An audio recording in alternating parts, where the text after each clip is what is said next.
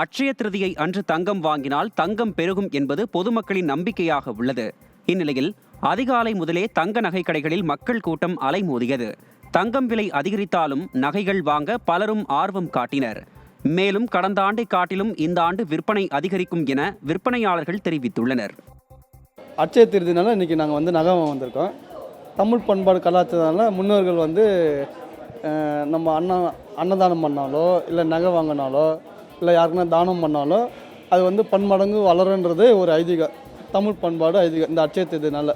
அதனால் இன்றைக்கி நாங்கள் நகை வாங்க வந்திருக்கோம். அவ்வளோதான். வேலூர் மாவட்டம் குடியாத்தம் சுற்றுவட்டார பகுதிகளில் அட்சய திருதியை ஒட்டி நகை கடைகளில் நகைகள் வாங்க நகை பிரியர்கள் அதிக அளவில் குவிந்தனர். இதனால் தங்க நகை விற்பனை விறுவிறுப்பாக நடைபெற்றதால் வியாபாரிகள் மகிழ்ச்சி அடைந்தனர். தங்க விலை உயர்ந்தாலும் போட்டி போட்டுக்கொண்டு நகை பிரியர்கள் நகைகளை வாங்கினர்.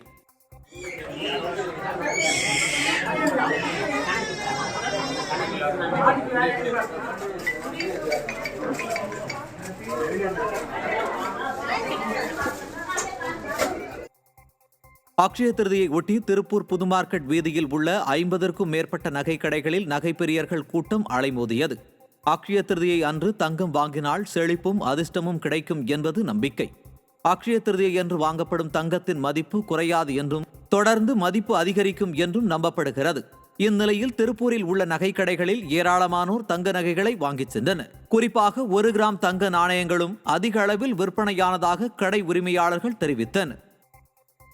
அட்சய திருதி அப்படின்னா எந்த ஒரு பொருள் எடுத்தாலும் அதிகமாக பெருகும் அப்படிங்கிறதுனால நானும் ஒரு பொன் குழந்தை இருக்கிறதுனால சரி நானும் பொண்ணு எடுத்து வைக்கலாம் அப்படிங்கிறதுனால தங்கம் எடுக்கலாம்னு. அட்சய திருதியை பண்டிகையை ஒட்டி திருவாரூர் மாவட்டம் திருத்துறைப்பூண்டி நகர் பகுதியில் நகைக்கடை ஊழியர்கள் வாடிக்கையாளர்களை உற்சாகத்துடன் வரவேற்றனர். நகைக்கடைகளில் நகைகள் வாங்க மக்கள் கூட்டம் அலைமோதியது. தங்கத்தின் விலை மளமளவென உயர்ந்துள்ள நிலையிலும் தங்கத்தை வாங்கியே தீர வேண்டும் என்று நகைப்பிரியர்கள் போட்டி போட்டு வாங்கிச் சென்றனர். கள்ளக்குறிச்சி மாவட்டம் திருக்கோவிலூரில் மது பாட்டில்களை ஏற்றிச் சென்ற லாரி தலைக்குப்புற கவிழ்ந்து விபத்துக்குள்ளானது. மன்னார்குடியில் இருந்து 15 லட்சம் ரூபாய் மதிப்பிலான மது பாட்டில்களை ஏற்றிக்கொண்டு லாரி ஒன்று திருவண்ணாமலை மாவட்டம் நோக்கி சென்றது. திருக்கோவிலூர் புறவழிச்சாலையில் சென்று கொண்டிருந்த போது கட்டுப்பாட்டை இழந்த லாரி சாலையோரத்தில் கவிழ்ந்து விபத்துக்குள்ளானது. இதில் ஓட்டுநர் நல்வாய்ப்பாக உயிர் தப்பிய நிலையில் மது பிரியர்கள் தகவலறிந்து வருவதற்குள் விபத்துக்குள்ளான லாரியை சுற்றி போலீஸ் பாதுகாப்பு போடப்பட்டது.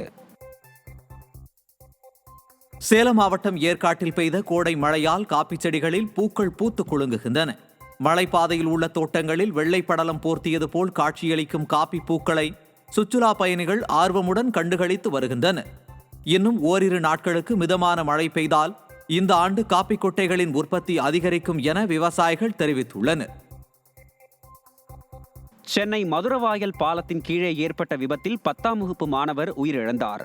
தனலட்சுமி நகர் பகுதியைச் சேர்ந்த 10ஆம் வகுப்பு படித்து வந்த ஜீவா என்ற மாணவர் சென்னை மதுரவாயல் பாலத்தின் கீழே இருசக்கர வாகனத்தில் சென்று கொண்டிருந்தார். அப்போது பின்னால் வேகமாக வந்த லாரி இருசக்கர வாகனத்தின் மீது மோதியதில் தூக்கி வீசப்பட்ட ஜீவா சம்பவ இடத்திலேயே உயிரிழந்தார். தகவல் அறிந்து வந்த போலீசார் உடலை மீட்டு அரசு மருத்துவமனைக்கு அனுப்பி வைத்த நிலையில் லாரி ஓட்டுநரை தேடி வருகின்றனர். 10ஆம் வகுப்பு தேர்வு முடிவுகள் வெளியான நிலையில் தேர்வு முடிவை பார்ப்பதற்குள் மாணவர் உயிரிழந்த சம்பவம் பொதுமக்கள் மத்தியில் சோகத்தை ஏற்படுத்தியுள்ளது. தென்காசி மாவட்டம் தேவர்குளம் வன்னிக்கோணேந்தல் மற்றும் பனவடலி சத்திரம் குருக்கல்பட்டி பகுதிகளில் வியாபாரிகள் கடையடைப்பு போராட்டம் நடத்தினர்.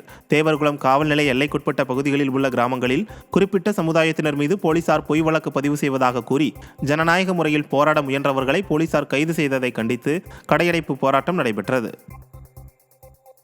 கோவை மாவட்டம் பொள்ளாச்சி அருகே சூறை காற்றுடன் கனமழை பெய்ததால் சுமார் 1 லட்சம் வாழை மரங்கள் சேதமடைந்தன. ஆனைமலை சுற்றுவட்டார பகுதியில் உள்ள வேட்டைக்காரன் புதூர், சேத்துமடை உள்ளிட்ட பகுதிகளில் பலத்த காற்றுடன் கனமழை பெய்தது. இதில் ஆனைமலை சுற்றுவட்டார பகுதியில் நூற்றுக்கணக்கான ஏக்கர் பரப்பளவில் பயிரிடப்பட்ட 1 லட்சம் வாழை மரங்கள் வேரோடு சாய்ந்ததில் சுமார் 75 லட்சம் ரூபாய் வரை இழப்பு ஏற்பட்டுள்ளதாக விவசாயிகள் வேதனை தெரிவித்தனர். மேலும் விடியா அரசு விவசாயிகளின் நலனை கருத்தில் கொண்டு விளைநிலங்களை ஆய்வு செய்து உரிய இழப்பீடு வழங்க வேண்டும் என வலியுறுத்தினர். திருப்பூர் மாவட்டம் அவிநாசியில் அரசு பெண்கள் மேல்நிலைப் பள்ளியில் பயிலும் இரட்டை சகோதரிகள் 10ஆம் வகுப்பு பொதுத் தேர்வில் ஒரே மாதிரியான மதிப்பெண்கள் பெற்றனர். சூளை பகுதியில் வசித்து வரும் முருகமணி என்பவரின் மகள்களான ஹரிணி மற்றும் சபரிஸ்ரீ ஆகிய இரட்டை சகோதரிகள் அவிநாசியில் உள்ள பெண்கள் மேல்நிலைப் பள்ளியில் 10ஆம் வகுப்பு படித்து வந்தனர். இந்த நிலையில் இவர்கள் இருவரும் 500க்கு 484 மதிப்பெண்கள் எடுத்தனர். 2 பேருமே வந்துட்டு 10th வந்து ஒரே மார்க் வாங்கியிருக்கோம். இது வந்துட்டு எங்கள் அம்மானால தான். நாங்கள் 10th படிக்கும்போது தான் காலையில் 4 மணிக்கெலாம் எழுந்திரிச்சு படிப்போம். மேம் சொல்லி தந்ததை வச்சு தான் நாங்கள் அந்த மாதிரிலாம் மார்க் வாங்கினோம். நாமக்கல் மாவட்டம் பள்ளிப்பாளையத்தில் குண்டும் குழியுமாக உள்ள சாலையால் வாகன ஓட்டிகள் அவதியடைந்துள்ளனர். பள்ளிப்பாளையம் நாள் ரோடு பகுதி அருகே சாக்கடை கால்வாய் அமைக்கும் பணிகள் நடைபெற்று வருகிறது. இந்நிலையில் திருச்செங்கோட்டிற்கு காவிரி ஆற்றில் இருந்து கொண்டு செல்ல பயன்படும் குடிநீர் குழாயில் உடைப்பு ஏற்பட்டதால் சாக்கடை நீரும் குடிநீரும் ஒன்றாக கலந்து குளம் போல் காட்சியளிக்கிறது. இதன் காரணமாக அவ்வழியே செல்லும் வாகன ஓட்டிகள் அவதிக்குள்ளாகி வருகின்றனர்.